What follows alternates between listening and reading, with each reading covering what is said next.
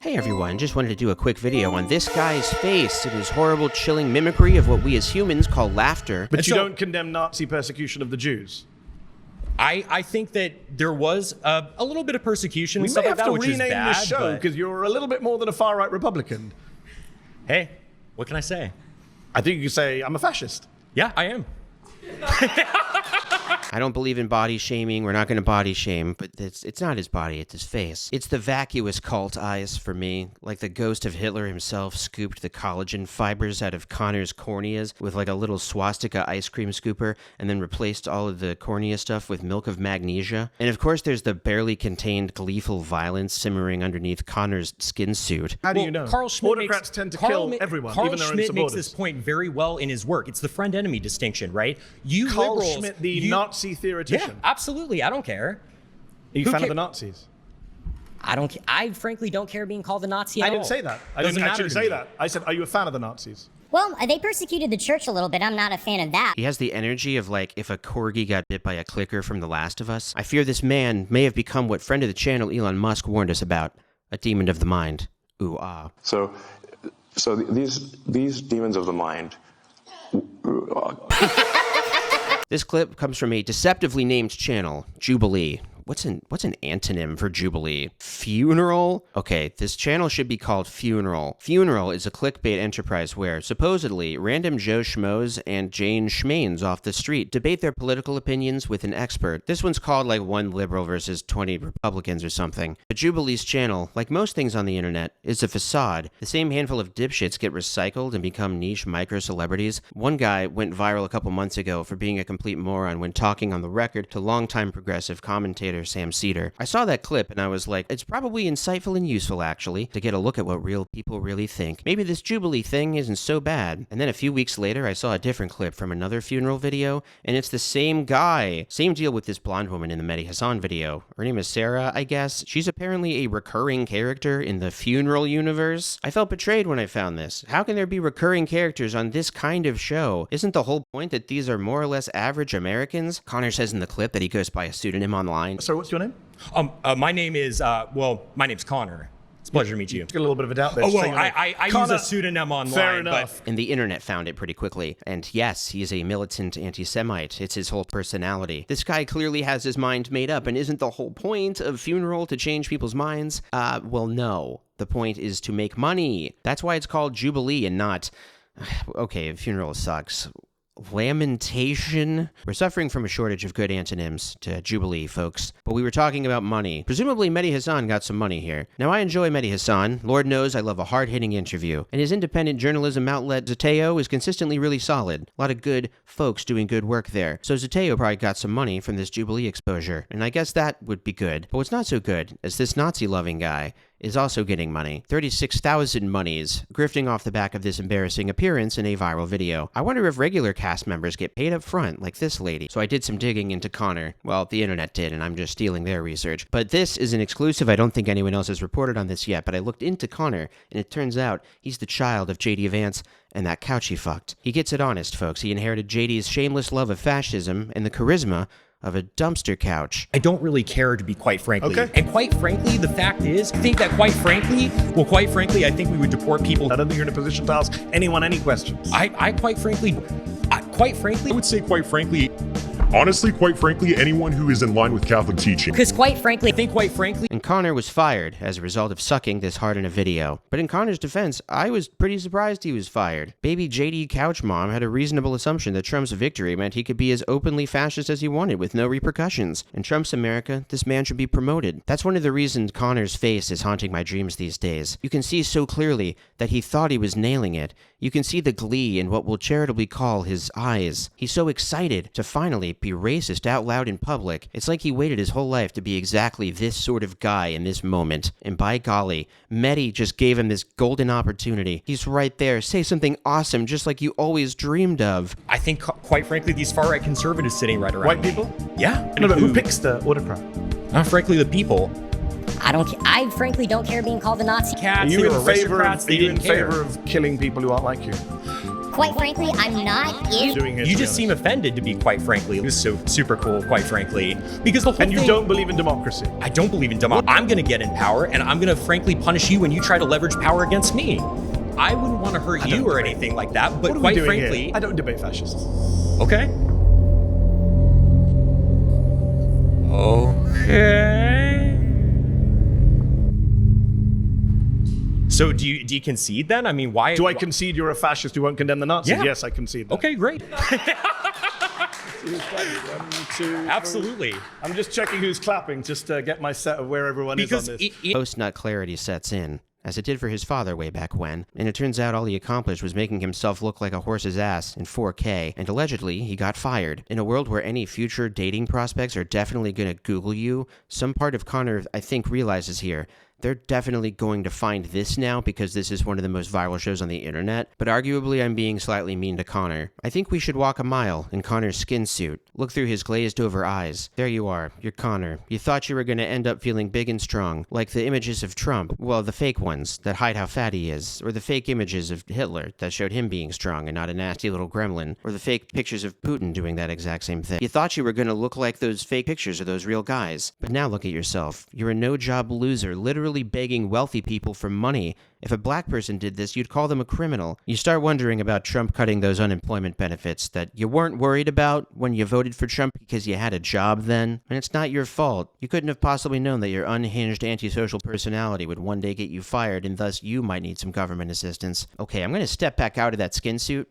It was gross in there, but I've just been thinking about Connor losing his job, though, allegedly, because all out and proud fascists inevitably become out-of-work fascists sooner or later. And what happens when you're an out-of-work fascist? Well, whatever happens, they don't fall gently into the social safety net. But I guess if you're a Kyle Rittenhouse or a Connor, you just have to rely upon the kindness of Nazis. I don't think it's harsh to call Connor a Nazi, by the way. I frankly don't care being called a Nazi at all. And I guess in fairness to him, he's not unique in this. This video really isn't just about Connor, even though I've been talking about him for like 10 minutes. It's about guys like Connor, and this moment that I'm always interested in, the post-nut clarity of fascists. That's the only kind I'm interested in, just for research, for smart video essays. Connor's crash out reminded me of another recent embarrassing moment from another embarrassing guy, Greg Gutfeld.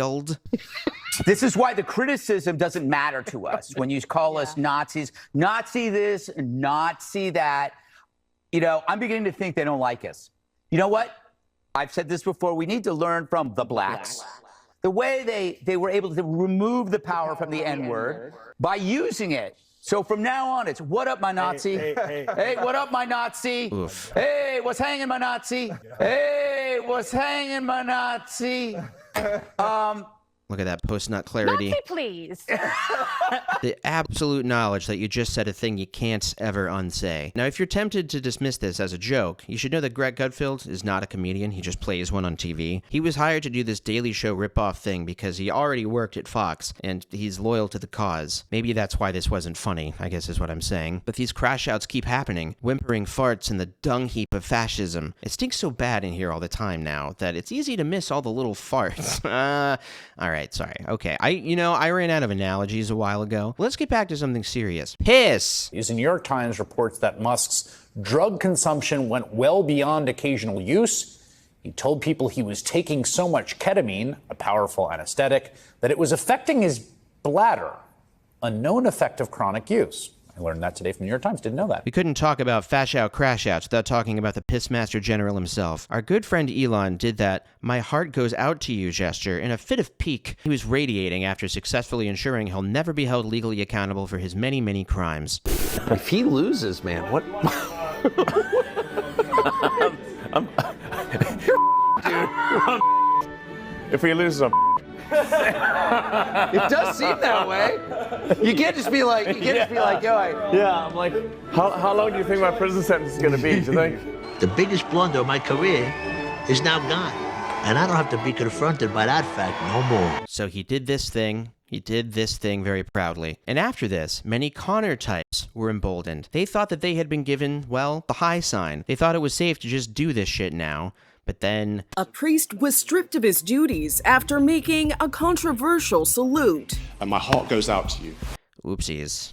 On January 25, 2025, while on stage at the National Pro-Life Summit in Washington, D.C., Robinson said this. So God bless all of you for what you're doing. Please keep doing it. I hope that I can encourage you, and my heart goes out to you. God bless. Similar words and hand gestures that had billionaire Trump advisor Elon Musk accused by some of mimicking a Nazi salute earlier this month. Even Elon now pretends this never happened. At least with Elon Musk, he can blame the ketamine. He's always had the impulse control of a toddler. Now he has the bladder control of one too. I made a video recently about Elon just taking L after L for 90 minutes in an interview. It's amazing, because every time he goes full Elon, he gets all excited like Connor, but immediately, the post-nut clarity. But Elon's ego has a very short refractory period. This is pure speculation, of course, but I have to imagine this shame cycle, Elon thinking he's awesome, then embarrassing himself in public and feeling like shit, then trying again, has contributed somewhat to his desire to take an anesthetic, numbing agent drug, a drug where he never has to be too conscious of how unlikable and untalented he's constantly demonstrating himself to be. But you've admitted that you have a ketamine prescription. Yeah. What's that for? Well, I mean, it's pretty private to ask somebody about a medical prescription, you know. But I think it's something I'd say, like, there are times when I have sort of I don't know, like a negative chemical state in my brain. Demons of the mind.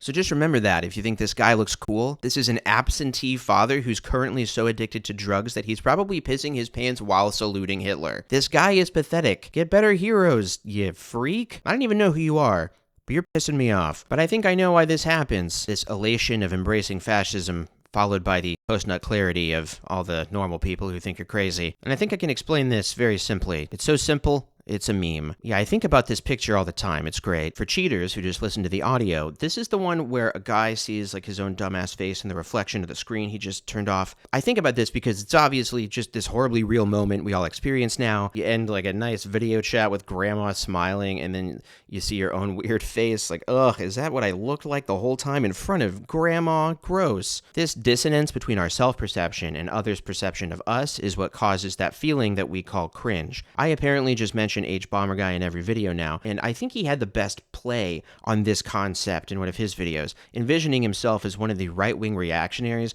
who performatively flushed something down the toilet. Let's just watch it, I forget. I can't help but imagine the few seconds that happened after this picture was taken.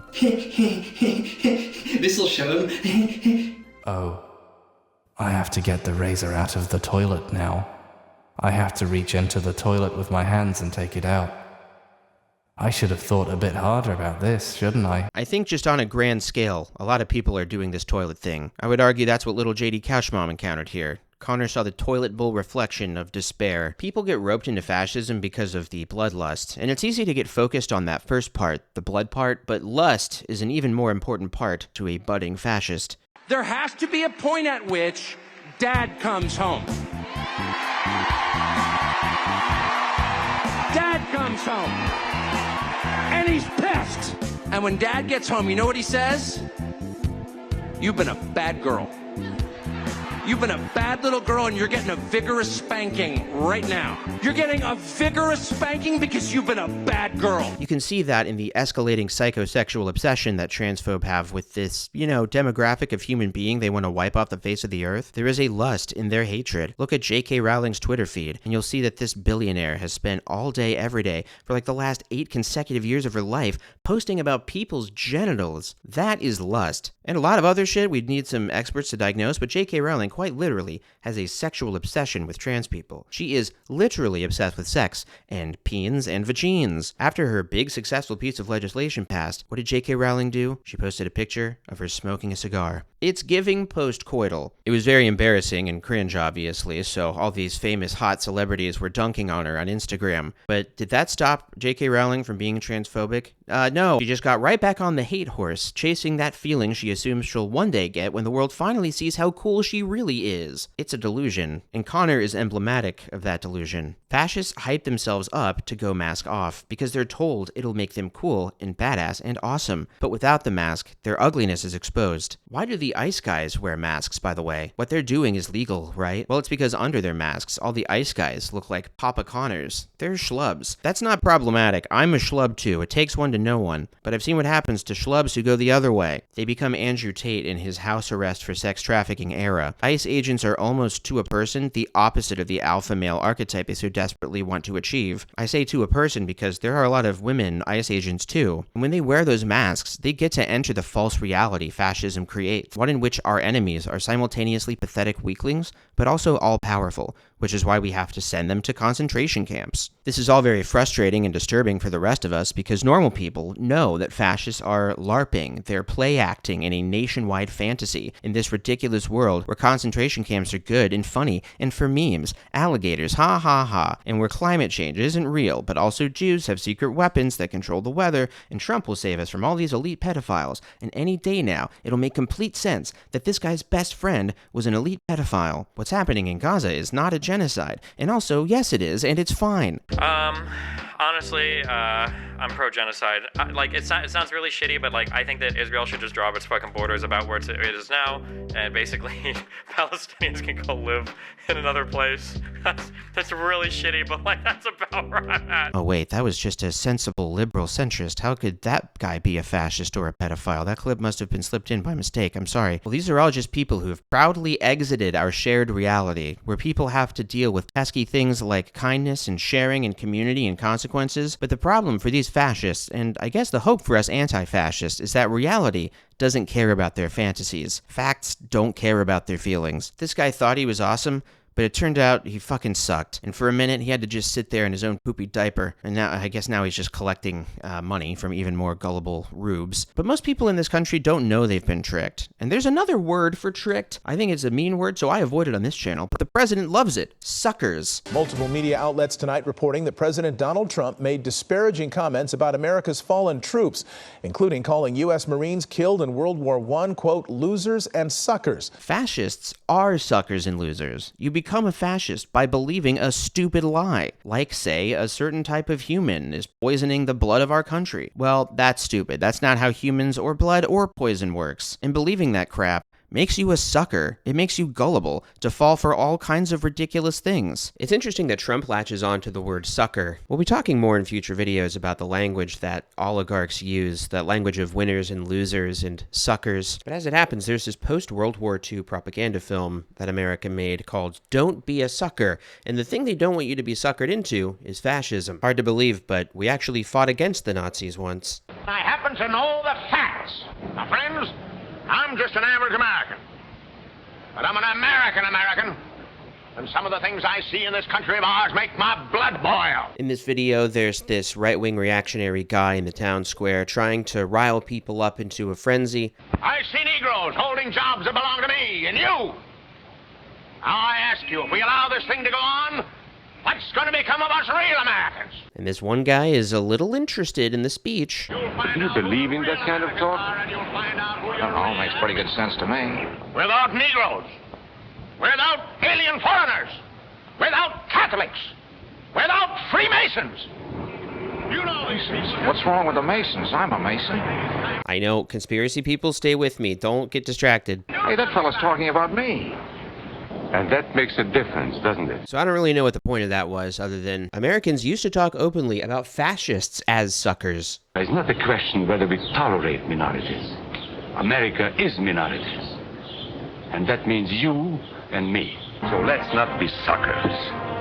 We must not allow the freedom or dignity of any man to be threatened by any act or word. It's something you get tricked into, idiot. Famously, Trump called fallen American armed service members suckers and losers. He denies ever saying this, of course. That's the whole thing with these people. They do a shitty thing, then they say they didn't do it, until we get tired and we're like, okay, fine, you know what? Let's just move on. But for some reason today, I just didn't want to move on. I wanted to think about how embarrassing this moment is for this guy. Because an embarrassing moment for this guy is an embarrassing moment for all fascists. They're so desperate to be viewed as cool and strong by everyone else, but this is what they're all like. because there's no way to say the stuff they believe and sound as cool as they think they are. There's no Ubermensch. There's no Chad at the end of the straights-only rainbow. Fascists are suckers and losers, and it's such a shameful and embarrassing existence that they cover their faces and lash out in violent anger if you try and get a little peek under their favorite ski mask. They're such babies. They suck. Alright, well, sorry about making this mean-spirited video about just one guy's face, but I had to get out a little rant there.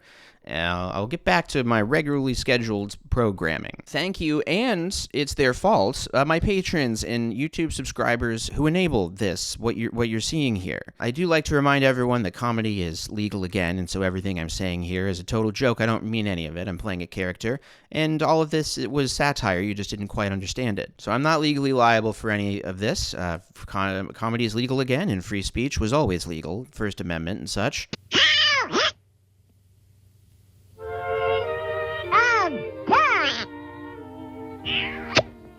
Am I glad to be a citizen of the United States of America?